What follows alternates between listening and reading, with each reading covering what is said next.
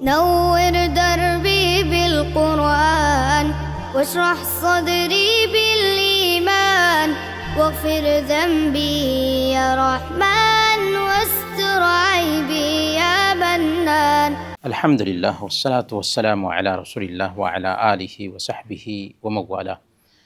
محترم بھائیو، السلام علیکم ورحمۃ اللہ وبرکاتہ. فجر کے بعد کی اس مجلس میں ہم جانتے ہیں حالات جن میں آیات اتری، ان آیات کو جانتے ہیں جو خاص پس منظر رکھتی ہیں، خاص پس منظر میں اتری ہیں. اللہ کے نبی صلی اللہ علیہ وسلم مدینہ کی بستی میں مشرکین کے بیچ ہیں.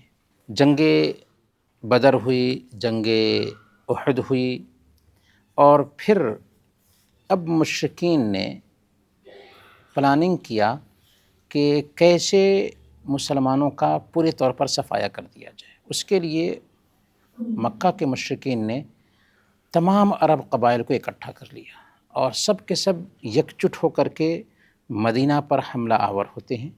اللہ کے نبی صلی اللہ علیہ وسلم حضرت سلمان فارسی کے مشورہ پر عمل کرتے ہیں اور مدینہ کے چاروں طرف سے خندق کھود دیتے ہیں.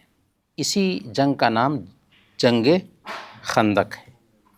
اس میں الحمدللہ مسلمانوں کو نقصان نہیں ہوا، اور مکہ کے جو مشرکین تھے اور دوسرے ہر طرح کے جو قبائل آ گئے تھے مشرکین کے اکسانے پر، ان قبائل نے اللہ کے نبی صلی اللہ علیہ وسلم اور صحابہ کرام کو کوشش کرنے کے باوجود نقصان پہنچانے میں کامیابی حاصل نہیں کی. مدینہ کے اندر یہودیوں کا ایک قبیلہ تھا بنو قریظہ. جب باہر کے مشرکین آئے مدینہ پر حملہ کرنے کے لیے اور سارے قبائل ایک ہو کر کے آ گئے تھے، تو مدینہ کے جو بنو قریظہ تھے انہوں نے بھی ایگریمنٹ توڑ دیا، کیونکہ اللہ کے نبی صلی اللہ علیہ وسلم جب مدینہ آتے ہیں تو مدینہ کے 3 یہودی قبائل تھے، ان سے بھی ایگریمنٹ کیا تھا کہ یہ ہمارا ملک ہے، اگر باہر سے کوئی حملہ ہوگا تو ہم سب اپنے ملک کی حفاظت کے لیے آگے آئیں گے. لیکن بنو قریظہ نے ایگریمنٹ توڑ دیا. اب ظاہر سی بات ہے کہ ملک کے ساتھ غداری کریں تو اس کی سزا سخت ہوتی ہے. جب اللہ کے نبی صلی اللہ علیہ وسلم غزوہ خندق سے فارغ ہو کر کے آئے تو جبریل امین آتے ہیں اور اللہ کے نبی صلی اللہ علیہ وسلم سے کہتے ہیں کہ اے اللہ کے نبی صلی اللہ علیہ وسلم، آپ نے زرہ اتار دیے، ہتھیار اتار دیا، جبکہ ہم نے اب تک ہتھیار نہیں اتارا. ابھی آپ کو چلنا ہے بنو قریظہ کو ان کی غداری کا سبق سکھانا ہے. چنانچہ اللہ کے نبی صلی اللہ علیہ وسلم نے صحیح بخاری اور صحیح مسلم کی روایت ہے، صحابہ کرام سے کہا لا یصلین احدکم العصر الا فی بنی قریظہ. تم میں سے کوئی بھی آدمی عصر کی نماز پڑھے تو بنو قریظہ ہی میں پڑھے. ظہر کا وقت تھا، صحابہ کرام نکل جاتے ہیں، عصر کی نماز کا وقت راستے میں ہی ہو جاتا ہے.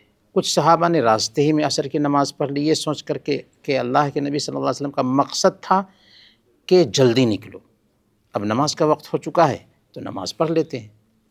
کچھ صحابہ نے سوچا کہ نہیں، اللہ کے نبی صلی اللہ علیہ وسلم نے جب کہا ہے کہ عصر کی نماز پڑھنا ہے بنو قریظہ میں تو ہم بنو قریظہ ہی جائیں گے اور وہیں عصر کی نماز پڑھیں گے.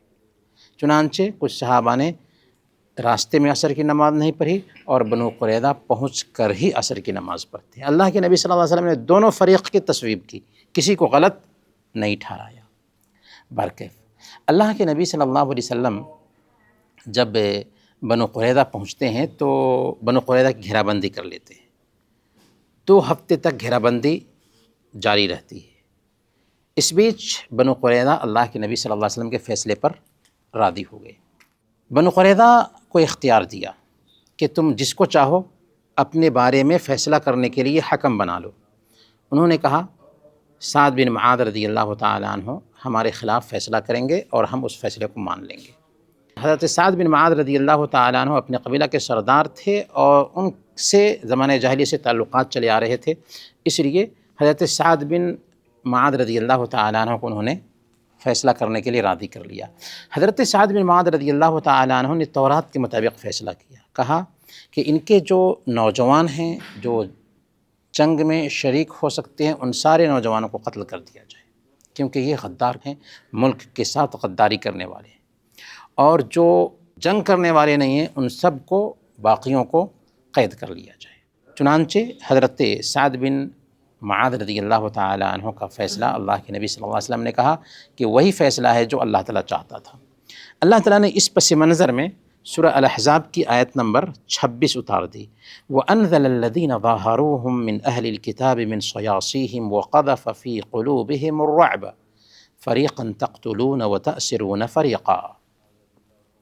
اہل کتاب میں سے جنہوں نے مشرکین کی مدد کی تھی، اللہ تعالیٰ نے ان کو ان کے قلعوں سے نکال دیا اور ان کے دلوں میں رعب ڈال دیا۔ اب ان میں سے بعض کو تم قتل کر رہے تھے اور باقیوں کو تم قیدی بنا رہے تھے۔ یہ پس منظر ہے جس میں یہ آیت کریمہ اتری کہ بنو قریظہ کی بدعہدی اور ان کا اللہ کے نبی صلی اللہ علیہ وسلم کے خلاف مشرکین کا ساتھ دینے کی وجہ سے اللہ کے نبی صلی اللہ علیہ وسلم نے ان کا محاصرہ کیا، یہاں تک کہ ان کے وجود کو مدینہ کی دھرتی سے پاک کیا۔ اللہ کے نبی صلی اللہ علیہ وسلم جب غزوہ احد میں تھے تو غزوہ احد میں ہوا کیا تھا کہ مسلمانوں کی 50 جو تیر انداز تھے ان کی ہلکی سی غلطی کی وجہ سے جیتی ہوئی جنگ ہار میں بدل گئی تھی۔ جب جیتی ہوئی جنگ ہار میں بدل گئی تو قریش کا لیڈر ابو سفیان تھا۔ ابو سفیان کو بہت ہی خوشی ہوئی اور اس نے یہ کہنا شروع کر دیا کہ لنا عزا ولا عزا لکم، ہمارے لیے ہمارے بھگوان عزا ہیں جو ہم سے خوش ہیں، اس لیے ہم کو جیت عطا کی ہے، تمہارے پاس کوئی عزا نہیں ہے، اس لیے تم ہار رہے ہو۔ اللہ کے نبی صلی اللہ علیہ وسلم نے صحابہ کرام سے کہا کہ تم جواب دو، لنا مولا ولا مولا لکم، کہ ہمارے لیے مولا ہے، یعنی ہمارا رب ہمارے ساتھ ہے اور تمہارے پاس کوئی مولا نہیں ہے۔ چونکہ مسلمانوں کی ہلکی سی غلطی تھی جس کی وجہ سے جنگ احد میں مسلمانوں کو جیت حاصل کرنے کے باوجود ہار کا سامنا کرنا پڑا، یہ احساس دلانے کے لیے کہ نبی پاک صلی اللہ علیہ وسلم کی مخالفت ہوئی ہے تو اس کی سزا تم کو مل کر رہے گی، آئندہ ایسا نہیں ہونا چاہیے۔ لیکن اسی پس منظر میں اللہ تعالیٰ نے یہ آیت کریمہ اتار دی، ذَلِكَ بِأَنَّ اللَّهَ مَوْلَى الَّذِينَ آمَنُوا وَأَنَّ الْكَافِرِينَ لَا مَوْلَى لَهُمْ۔ سورہ محمد کی آیت نمبر 11 ہے کہ اللہ تعالیٰ اہل ایمان کا مولا ہے اور کافروں کا مولا نہیں۔ تو ابو سفیان نے جو یہ بات کہی تھی کہ ہمارے پاس عزا ہے تمہارے پاس عزا نہیں، اللہ تعالیٰ نے یہ آیت کریمہ اتار کر کے کہا کہ نہیں، تمہارے پاس تمہارا رب ہے جو تمہارا ساتھ دے گا اور ساتھ دیتا رہا ہے، ساتھ دیتا رہے گا، بس نبی پاک صلی اللہ علیہ وسلم کی مخالفت نہیں آنی چاہیے۔ انہی باتوں کے ساتھ آج کا ہم درس ختم کرتے ہیں۔ وصلی اللہ علی نبینا محمد وعلی آلہ وصحبہ۔